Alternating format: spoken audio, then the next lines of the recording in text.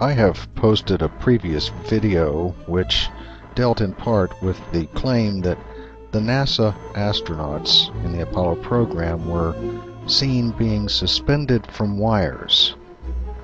Now, I consider that to be one of the most ridiculous arguments that I've ever heard against the Apollo missions.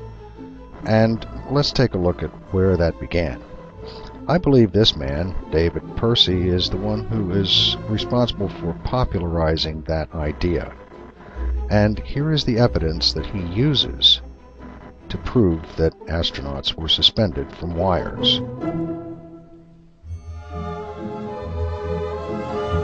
In videos which are not particularly good quality, one can see a ping over top of the antenna that's on the PLSS pack that the astronauts are wearing.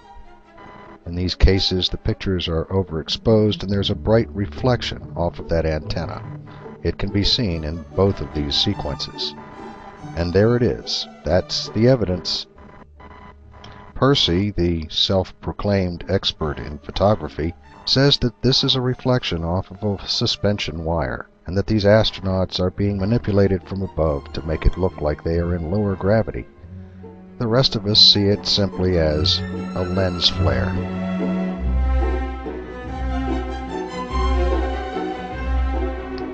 I thought it would be good to look once again at pictures from the NASA archives. All of these that we're going to see for a while were taken during training here on Earth. And you can see that when they're wearing the full suit, this antenna is in view in most pictures. It's always the same length, and it is clearly not some wire that they are being suspended from. These pictures are entirely consistent with those that were taken on the moon. And I was just curious as to how many of these a moon hoax conspiracy theorist would need to see before they finally abandon that ridiculous wires argument.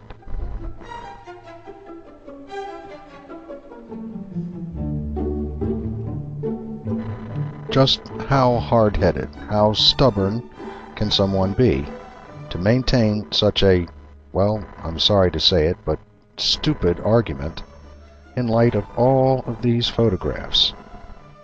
There are more, but I was hoping this would be enough to demonstrate the point. This VHF antenna, by the way, is stowable. It can be pushed down inside the PLSS pack. And in some of these pictures you will see a triangular flap in front of it hanging over the front of the pack. This will become an important feature later in the video. Please note that in these pictures, and in many of the videos as well, this antenna may be easy to see or hard to see.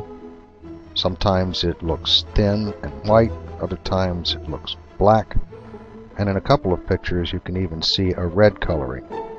But it's all the same antenna, and the different looks that it has are dependent on the angle and the amount of light that happen to be hitting it. And now let's take a look at pictures taken on the moon. Here is the antenna. Please try to find in any of these pictures evidence of some kind of wire or suspension above the top of that antenna. I haven't been able to find it. Admittedly, I haven't looked very hard because I know it isn't there. But I would invite anyone who is a hoax conspiracist to see if they can find some evidence of a wire above these antennae.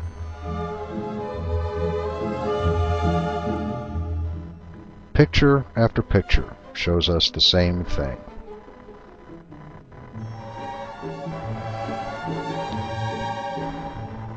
This is an antenna which is always the same length.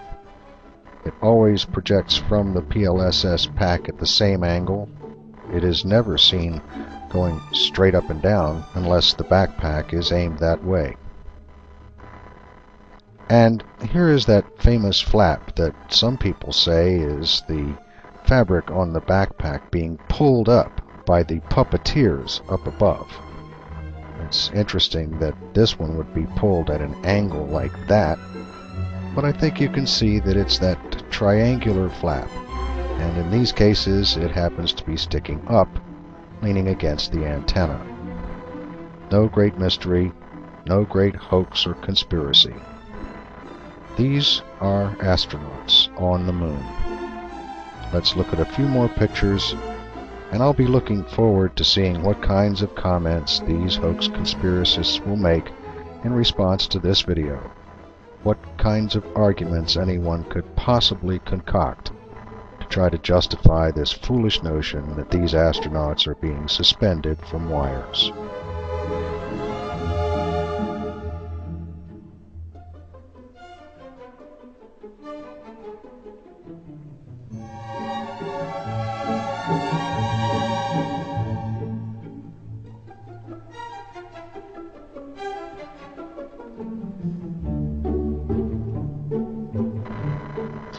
I think it's fitting that I close with this picture. It's the last photograph ever taken of a human being standing on the moon. That's Jack Schmitt in Apollo 17. He was the only real scientist to go on the moon missions. He and the other astronauts who went to the moon deserve our respect and admiration. They achieved a great thing, and the thousands of people that made this possible deserve better than the denigration of those who just don't know what they're talking about, but who seem to get their thrills by disparaging the marvelous achievement of others. This man is not being suspended by a wire.